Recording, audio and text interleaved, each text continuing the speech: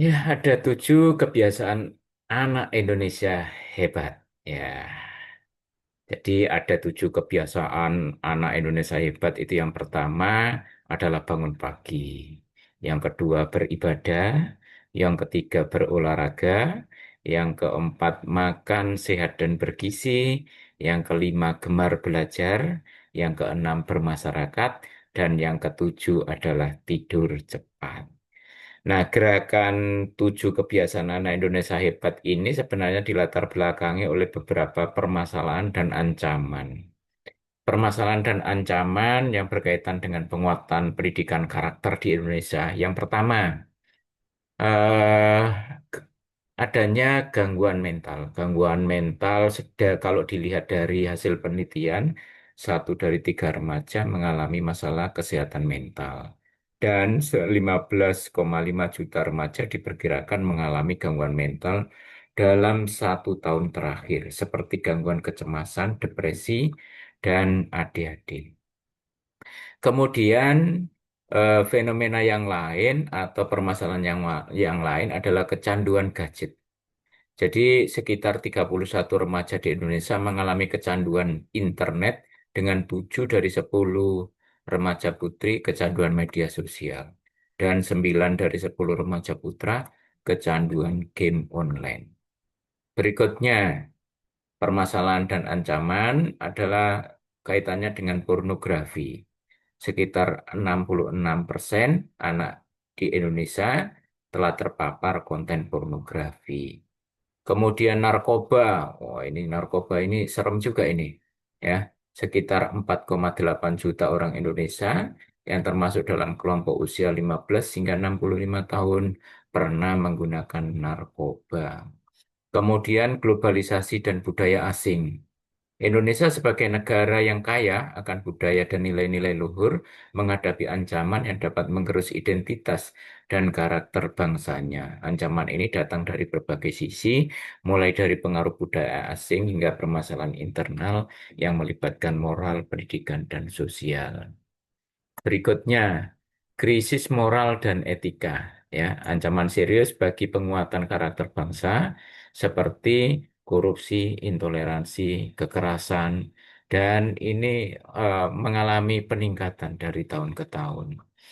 Kemudian adanya kemiskinan dan ketimpangan sosial serta krisis keteladanan. Jadi ketika kebutuhan dasar tidak terpenuhi, banyak orang terpaksa mengesampingkan nilai-nilai moral demi bertahan hidup. Ketimpangan sosial ini memicu konflik dan perpecahan.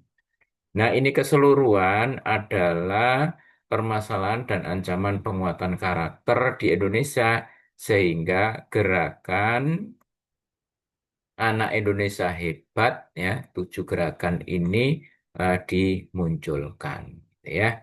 Nah, kalau kita menilai program-program yang ada di satuan pendidikan, jadi program pembinaan peserta didik, itu sebenarnya sudah banyak yang sudah dilakukan oleh satuan pendidikan, walaupun masing-masing satuan pendidikan itu beragam, gitu ya. Yang pertama, masing-masing sekolah adanya usaha kesehatan sekolah atau UKS.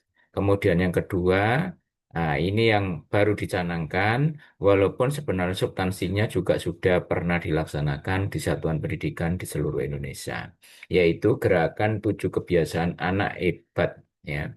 Kemudian yang ketiga, kepanduan dan ekstrakurikuler lainnya. Yang keempat, menciptakan sekolah aman, nyaman, dan menggembirakan. Yang keenam, kemitraan dalam pembinaan peserta didik. Kemudian yang kelima tadi ya, nah yang keenam adalah program pendukung atau program internalisasi. Kemudian yang ketujuh, dukungan pelaksanaan MBG di satuan pendidikan.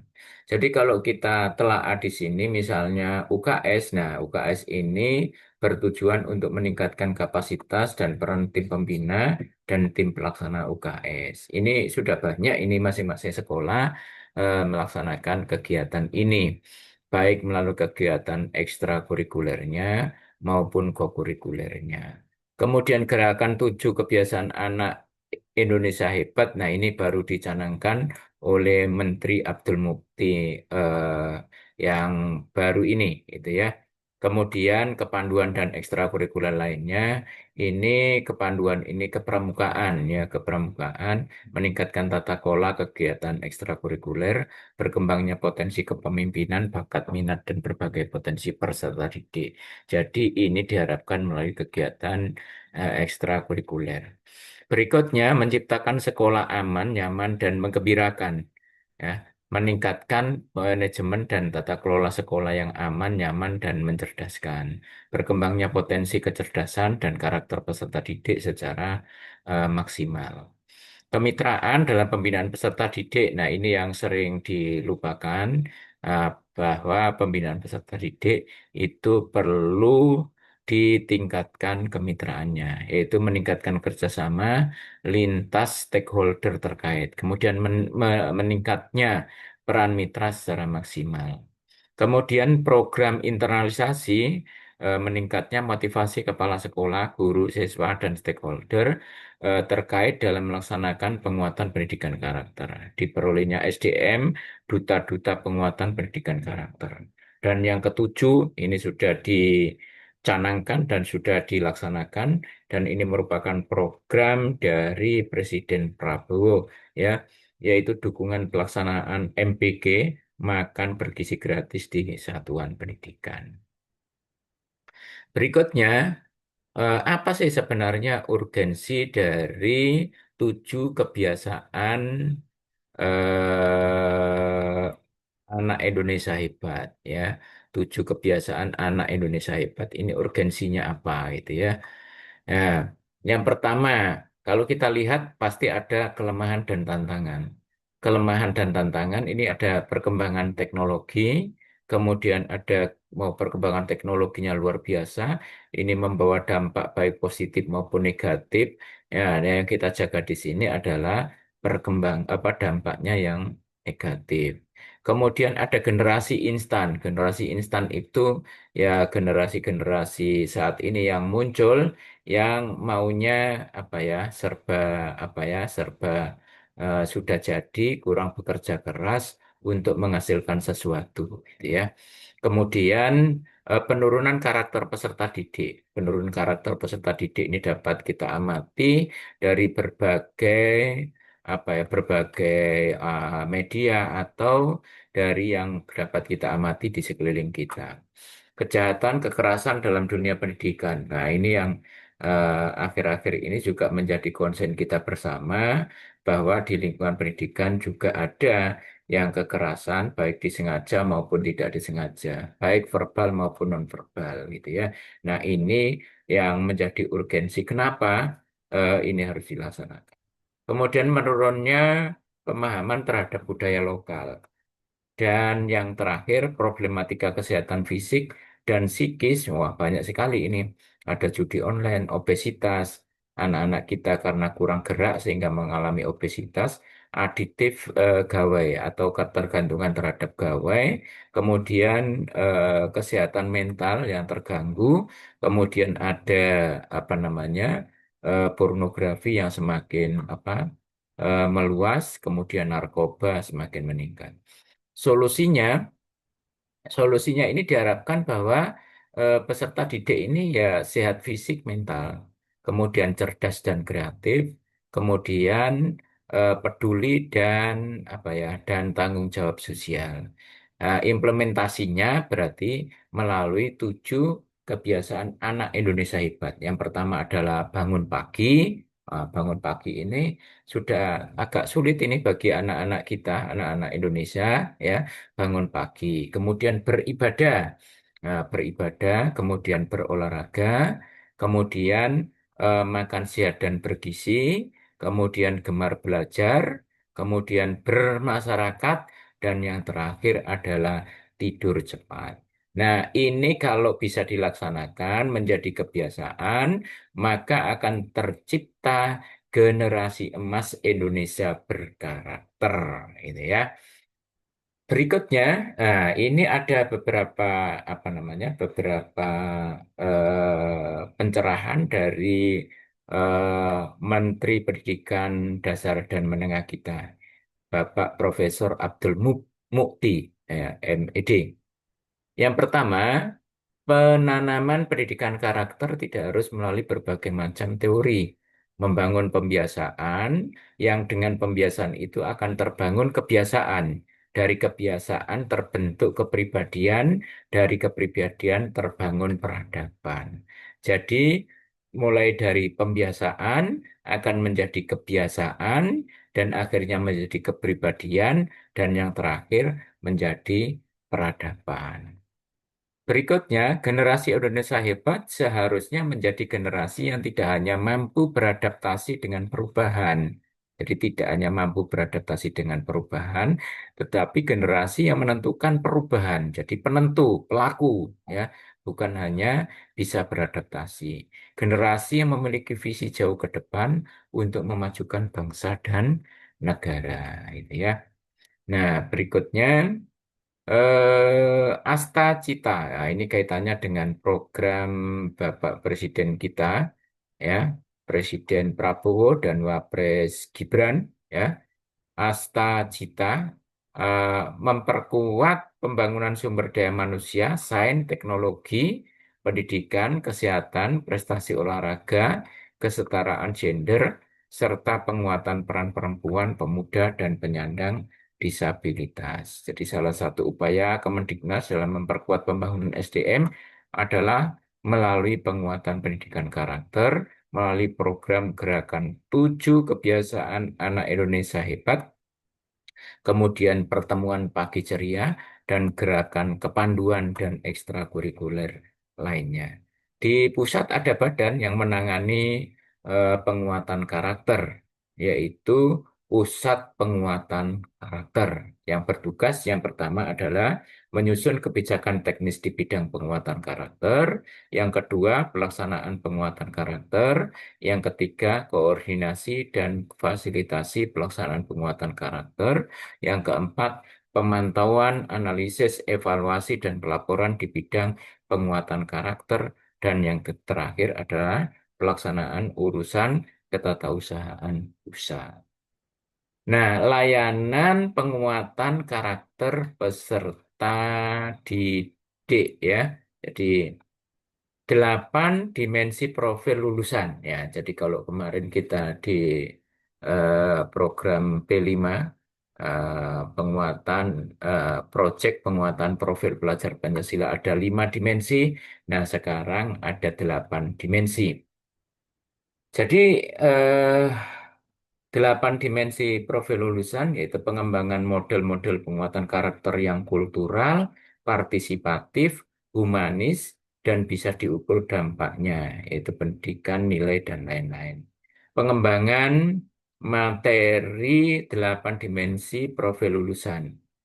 Kemudian eh,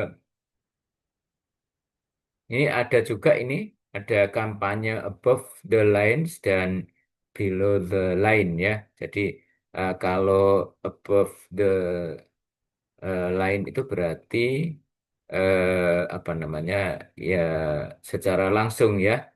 Jadi dapat dilihat secara langsung ya.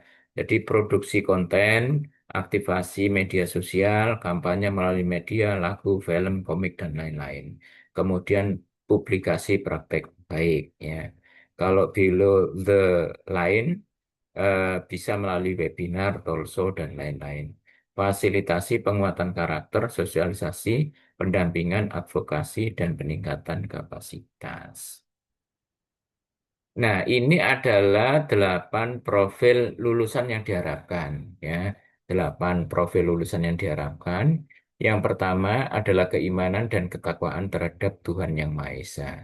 Jadi diharapkan profil lulusan satuan pendidikan kita itu adalah individu yang memiliki keyakinan teguh terhadap Tuhan, berperilaku akhlak mulia, penuh kasih, dan menjaga hubungan harmonis dengan Tuhan, sesama, dan lingkungan. Kemudian profil yang kedua adalah kemandirian. Kemandirian ini diharapkan individu yang bertanggung jawab atas proses dan hasil belajarnya. Jadi diharapkan lahir atau dari lulusan itu diharapkan menjadi individu yang bertanggung jawab atas proses dan hasil belajarnya, serta mampu mengatasi hambatan dan menyelesaikan tugas secara mandiri. Profil lulusan yang ketiga adalah kewargaan, ya, individu yang apa namanya, individu yang mencintai tanah air, menaati aturan dan norma sosial, serta memiliki tanggung jawab sosial berdasarkan nilai-nilai Pancasila. Profil lulusan yang keempat adalah kesehatan, ya. Yang diharapkan adalah individu yang memiliki fisik prima, ya, kebiasaan hidup sehat, serta menjaga keseimbangan antara aktivitas fisik, mental, dan sosial. Kemudian profil yang kelima, penalaran kritis. Penalaran kritis itu individu, yaitu individu yang mampu berpikir logis, ya, analitis, dan reflektif untuk memecahkan masalah dan membuat keputusan berbasis bukti atau berbasis data. Kemudian profil lulusan yang keenam adalah kreativitas. Diharapkan dari satuan pendidikan lulusannya lahir individu-individu yang dapat berpikir inovatif dan orisinal, menciptakan solusi unik dan bermanfaat dan berdampak positif. Yang ketujuh yaitu kolaboratif, ya, kolaboratif. Jadi diharapkan dari satuan pendidikan itu lahir individu yang efektif bekerja sama dengan orang lain untuk mencapai tujuan bersama dengan saling menghormati perbedaan, gitu ya. Karena masing-masing kelompok, masing-masing orang, masing-masing individu itu memiliki perbedaan antara satu dengan lainnya. Yang berikutnya adalah komunikasi, ya. Komunikasi ini profil lulusan yang kedelapan, yaitu individu yang dapat menyampaikan ide dan informasi dengan jelas dan berinteraksi secara efektif dalam berbagai situasi. Jadi ini tadi delapan profil lulusan. Ini kalau kita hitung kan satu, dua, tiga, empat, lima, enam, tujuh, delapan, gitu ya. Berikutnya, nah ini adalah langkah-langkah yang sudah dilakukan oleh pemerintah dalam pencanangan gerakan 7 kebiasaan anak Indonesia hebat atau gerakan 7 KAIH, ya, gerakan 7 KAIH.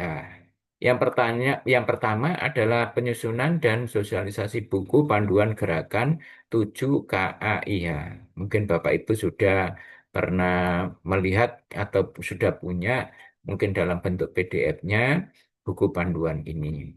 Kemudian ada Juknis, surat edaran bersama penguatan pendidikan karakter melalui pembiasaan di satuan pendidikan. Kemudian penyusunan pedoman gerakan 7 kebiasaan anak Indonesia hebat ini untuk satuan pendidikan, guru dan orang tua. Kalau ini tadi untuk Pemda dan satuan pendidikan. Penyusunan pedoman penguatan karakter makan bergizi gratis ini untuk guru dan orang tua. Kemudian advokasi ke pemerintah daerah dan UPT terkait gerakan 7 kebiasaan anak Indonesia hebat. Kemudian langkah atau tahapan yang lain yang dilakukan oleh kementerian adalah monitoring keterlaksanaan dan evaluasi dampak manfaat dari gerakan 7 KAIH. Ya. Kemudian kampanye baik secara langsung maupun tidak langsung, kemudian berkolaborasi bersama Catur Pusat Pendidikan. Catur Pusat Pendidikan itu meliputi media, satuan pendidikan, keluarga, dan masyarakat. Nah, sekarang layanan penguatan karakter sekolah aman, nyaman, dan menggembirakan, ya, dan menggembirakan, ya. Yang pertama, pengembangan program sekolah aman, nyaman, dan menggembirakan melalui pembelajaran kokurikuler pada jenjang PAUD, SD, SMP, SMA, atau SMK dengan pendekatan whole school approach, ya. Jadi pendekatan secara menyeluruh. Kemudian pengembangan materi dalam bentuk e-learning di rumah pendidikan dan peningkatan kapasitas bagi guru jenjang PAUD sampai dengan SMA atau SMK. Kemudian advokasi ke UPT dan pemerintah daerah tentang program sekolah aman, nyaman, dan menggembirakan. Berikutnya, sosialisasi dan pelatihan luring selektif untuk sekolah berbasis kasus dan berkomitmen daerah. Berikutnya, menyusun panduan literasi digital jenjang PAUD sampai dengan SMA. Untuk apa? Untuk orang tua tentang pengasuhan positif dan mendidik anak di era digital. Untuk siapa lagi? Untuk guru dan murid tentang literasi digital. Yang terakhir, publikasi praktek baik, upaya mewujudkan sekolah aman, nyaman, dan menggembirakan. Kemudian layanan inklusivitas ya, inklusivitas di satuan pendidikan. Jadi layanan untuk semuanya ini ya, yaitu pengembangan program pembelajaran berperspektif gender, sarana dan prasarana guru pembelajaran. Ini harus bisa dilihat atau diamati di satuan pendidikan. Apakah di satuan pendidikan ini memiliki perspektif gender apa tidak? Pengembangan sumber belajar keadilan, ya, pengembangan sumber belajar keadilan gender di keluarga, maskulinitas dan budaya, dan kesehatan reproduksi. Kemudian pengembangan sumber belajar untuk orang tua dengan disabilitas dan pola asuh anak dengan disabilitas. Layanan inklusivitas di satuan pendidikan yang lainnya adalah pengembangan modul kebinekaan dan wawasan kebangsaan. Kemudian advokasi ke Pemda dan UPT tentang inklusivitas dan kebinekaan.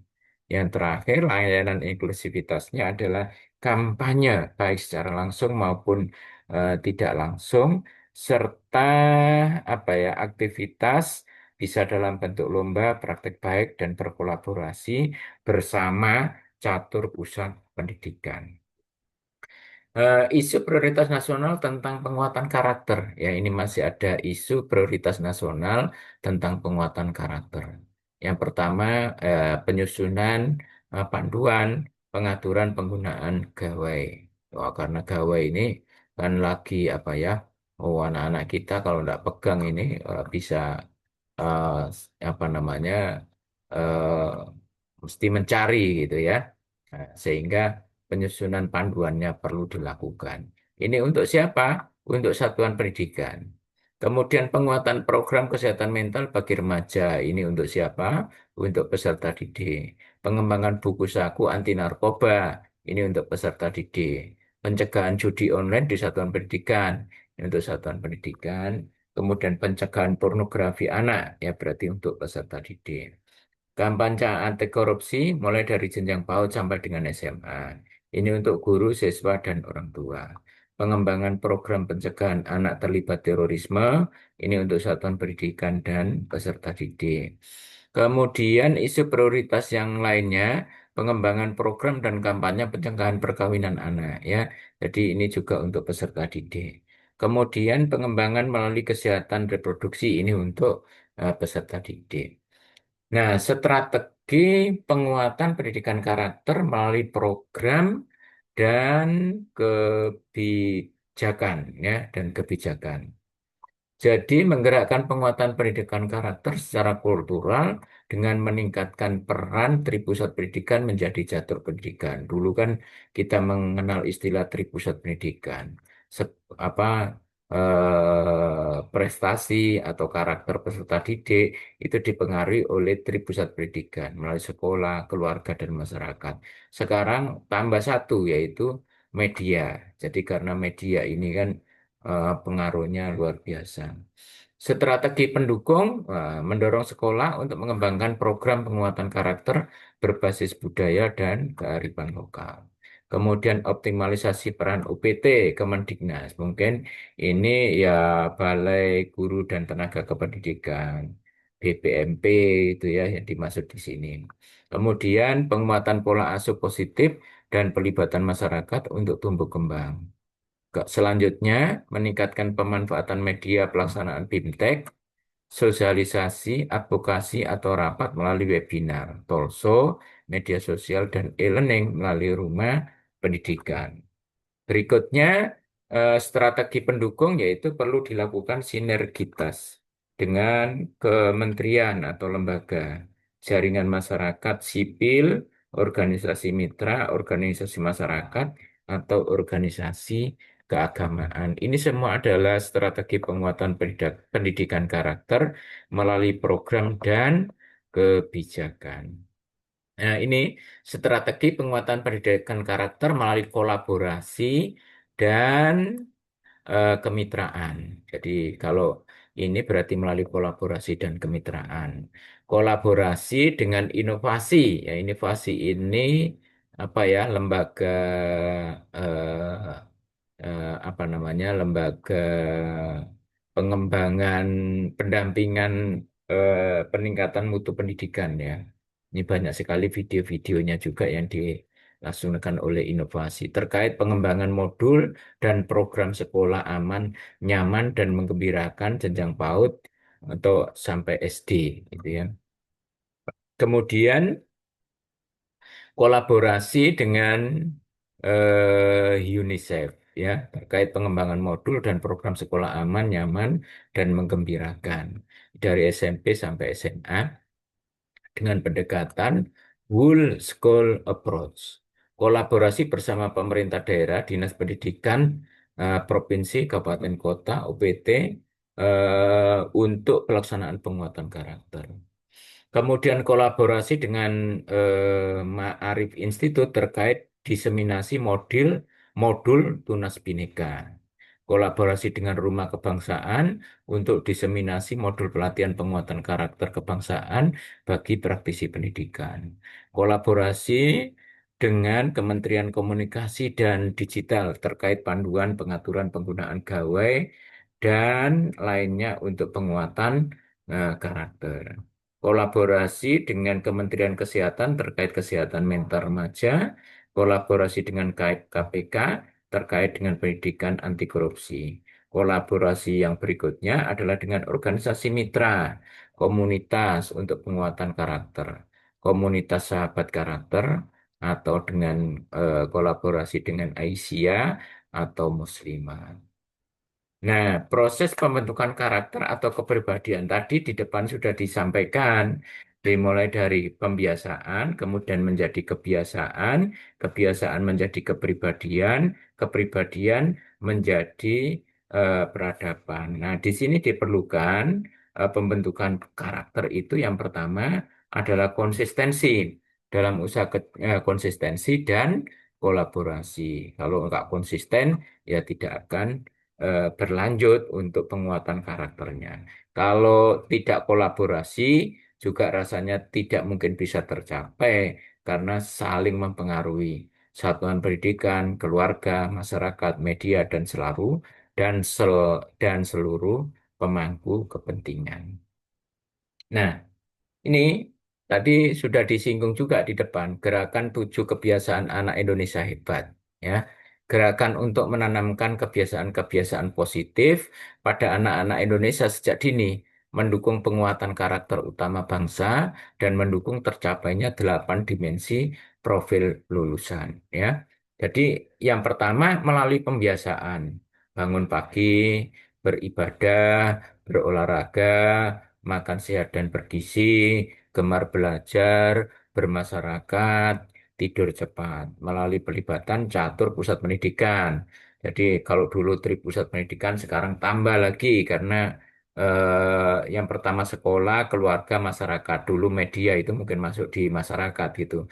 Karena pengaruh media ini luar biasa sehingga sekarang istilahnya dikenal dengan catur pusat pendidikan.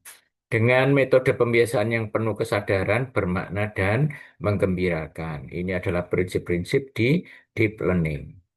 Berikutnya, strategi implementasi 7 kebiasaan baik. Ya, jadi kebiasaan baik ini terdiri atas tadi sudah disampaikan, bangun pagi, beribadah, berolahraga, makan sehat dan bergizi, gemar belajar, bermasyarakat, dan tidur cepat.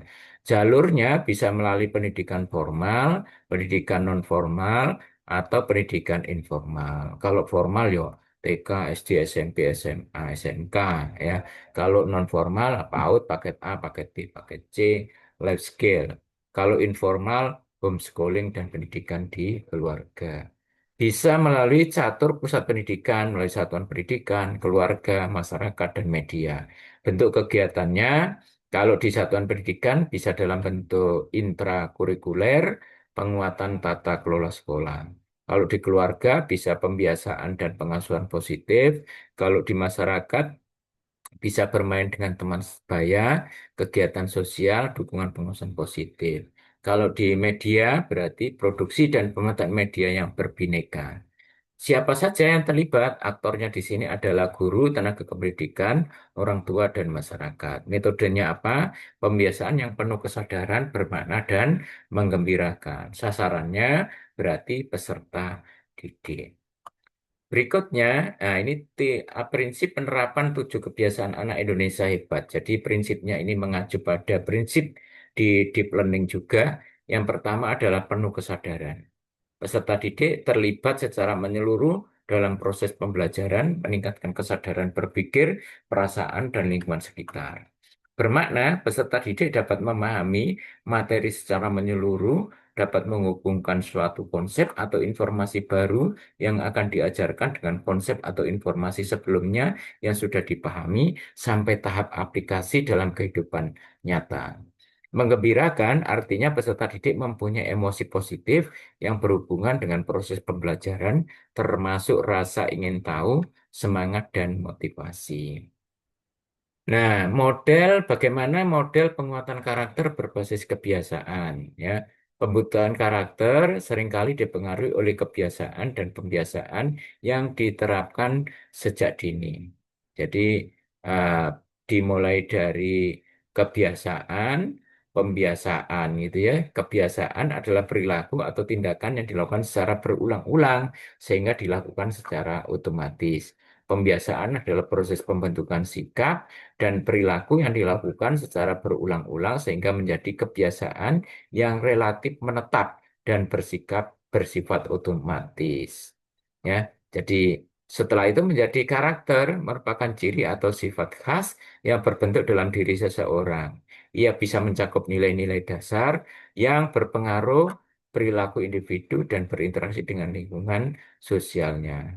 Jadi ada regulasi diri dan kemampuan rasional. Jadi kalau penguatan karakter di sini ada 7 kebiasaan, ada tanda, ada manfaat, gitu ya.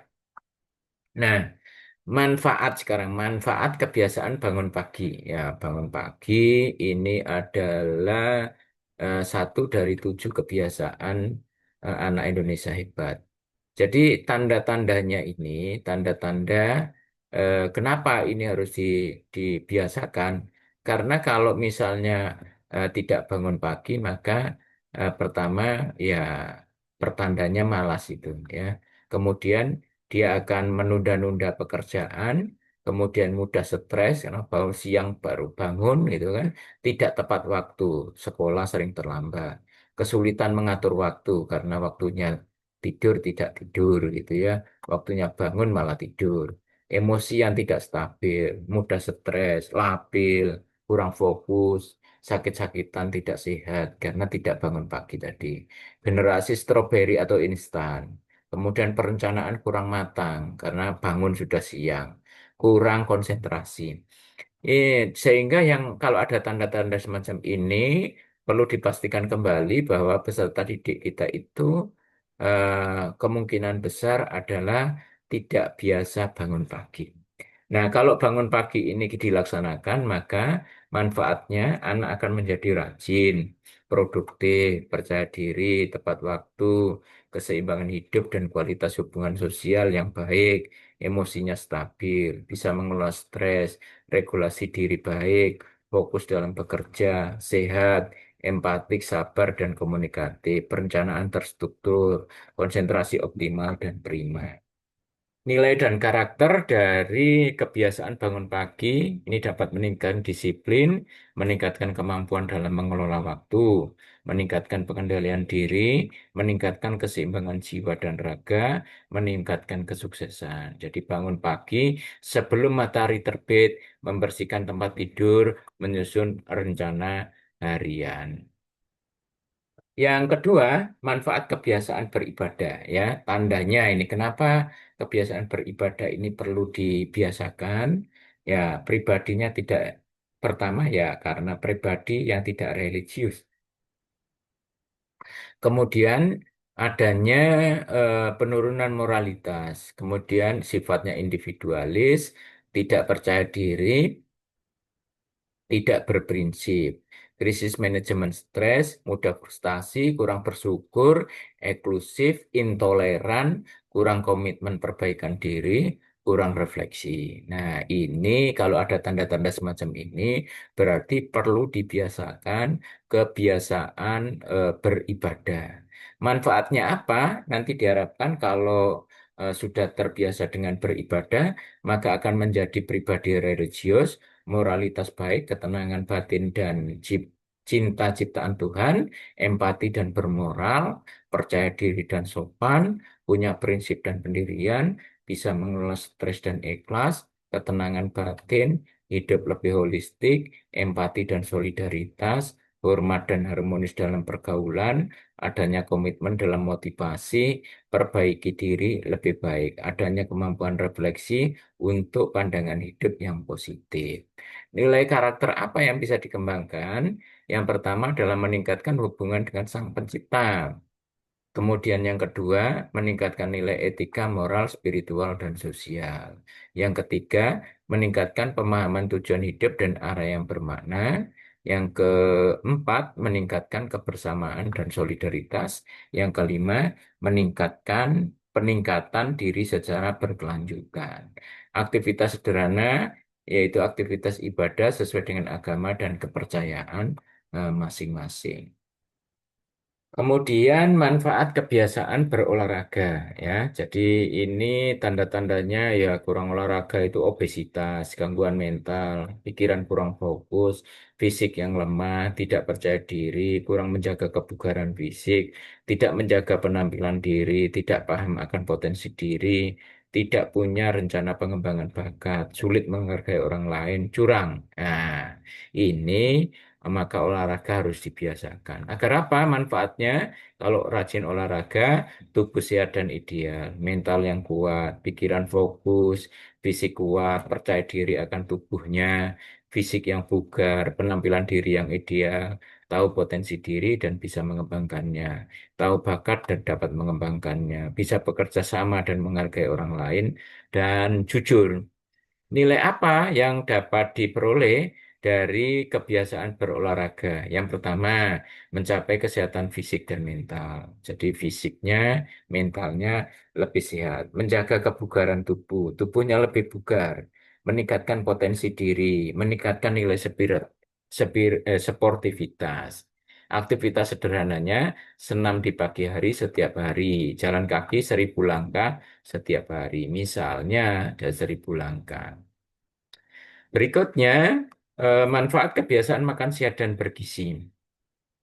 Makan sehat dan bergizi ini tanda-tandanya gini, artinya kenapa ini harus dibiasakan jika memiliki tanda-tanda seperti ini. Tidak peduli makan sehat dan bergizi. Jadi anak-anak itu tidak peduli, pokoknya yang makan. Tidak menjaga asupan makanan, tidak bisa menjaga tubuh ideal, kemudian kurang bergizi, kemampuan kognitif lemah, pola tidak makan sehat, badannya obesitas, tidak bisa memilih makanan sehat, makan tidak teratur ya.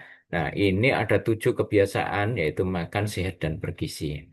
Manfaatnya apa? Mencegah penyakit dan memperkuat tubuh, meningkatkan kualitas hidup, tubuh ideal dan sehat, gizi cukup, pikiran dan mental kuat. Pola makan sehat, menjaga asupan makanan, kesehatan dan kebersihan. Bisa dan paham makanan sehat dan bergizi. Kemudian bisa mengatur waktu, makan dengan baik. Nilai karakter apa yang dapat diperoleh dari kebiasaan makan sehat dan bergizi? Yang pertama, dapat menjaga kesehatan fisik sebagai investasi jangka panjang. Yang kedua, memaksimalkan potensi tubuh dan pikiran. Yang ketiga, menjaga tubuh tetap sehat sebagai tanggung jawab individu. Yang keempat, meningkatkan kemandirian. Jadi itu dari ke apa namanya nilai karakter dari makan sehat bergizi. Kemudian ke apa namanya kebiasaan gemar belajar. Eh, Kenapa ini harus dibiasakan? Karena banyak anak-anak kita yang pertama adalah tidak tahu potensi diri, tidak ada adaptif, kurang berani ambil risiko, tidak kreatif, ya, sumut atau taklid, ikut-ikutan, egosentris, intoleran, eksklusif, gitu ya, eksklusif. Manfaatnya jika gemar belajar ini dibiasakan, maka wawasan luas dan tahu potensi diri serta percaya diri. Kemudian adaptif dan empati, berani mencoba dan ambil resiko, kreatif dan solutif, bernalar kritis dan objektif, mampu memecahkan solusi, empati, toleran, inklusif dan peduli sesama. Karakter apa yang diperoleh ketika gemar belajar ini dibiasakan? Yang pertama akan ada pengembangan diri. Yang kedua, menumbuhkan kreativitas dan imajinatif. Yang ketiga, menemukan kebenaran dan pengetahuan. Yang keempat, membentuk kerendahan hati dan empati. Gitu ya. Nah, manfaat kebiasaan bermasyarakat. Kenapa ini perlu dilaksanakan? Ya, karena kadang-kadang anak-anak kita itu bersifat eksklusif, kadang individualis, tidak bisa bekerja sama, intoleran, eksklusif, ya, bersikap tidak adil, cenderung inklusif, tidak rasional dalam ambil keputusan, tidak peduli terhadap lingkungan, tidak mudah stres. Nah, masyarakat apa bermasyarakat ini jika dilaksanakan pembiasaan, manfaatnya adalah inklusif, dapat bergaul dengan siapa saja. Kemudian muncul empati, adanya kebersamaan, adanya toleran, bisa bekerja sama dengan orang lain, bisa bersikap adil dalam mengambil keputusan, menghormati perbedaan, bersikap objektif dalam mengambil keputusan, peduli dan melestarikan lingkungan, menyenangkan dan kolaboratif. Nah, nilai karakter apa yang dapat ditumbuhkan? Menumbuhkan nilai gotong royong dan bekerja sama, menumbuhkan nilai saling menghormati dan toleransi, menumbuh kembangkan nilai keadilan dan kesetaraan, meningkatkan rasa tanggung jawab terhadap lingkungan, menciptakan kegembiraan. Ya, berikutnya ini tidur cepat. Nah, tidur cepat. Tidur cepat ini perlu dibiasakan karena ini ada tanda-tandanya di peserta didik kita. Tidak peduli dengan kesehatan tubuhnya. Kemudian tidak fokus, emosi labil, malas bergerak, kurang fokus dalam berpikir, mudah stres, sulit menyelesaikan masalah. Berarti ini tanda-tanda yang kalau kita mengamati ini berarti kebiasaan tidur cepat ini penting sekali. Manfaatnya apa? Jadi dapat mengakui keterbatasan tubuh dan menjaganya, mengurangi stres dan dengan istirahat, perasaan positif dan berpikir logis, bekerja dengan baik, produktivitas meningkat, bisa mengatasi stres dan produktivitas meningkat, solutif dan kreatif. Nilai karakter apa yang dapat diperoleh ketika tidur cepat ini dapat dikembangkan? Yang pertama, menjaga organ tubuh pulih dan berfungsi optimal, memulihkan mental dan emosional, menjaga keseimbangan antara aktivitas dan ketenangan, meningkatkan produktivitas. Nah, menerapkan 7 KAIH yang menyenangkan. Ya, ini kalau bangun pagi ini bisa melalui ini ya. Jadi jurnal pagi, tantangan pagi sehat, senam pagi bersama. Kalau berolahraga bisa dilaksanakan melalui bentuk-bentuk kegiatan senam kreatif, game edukatif berbasis gerak, mini olimpiade kelas. Beribadah, zona ibadah ya.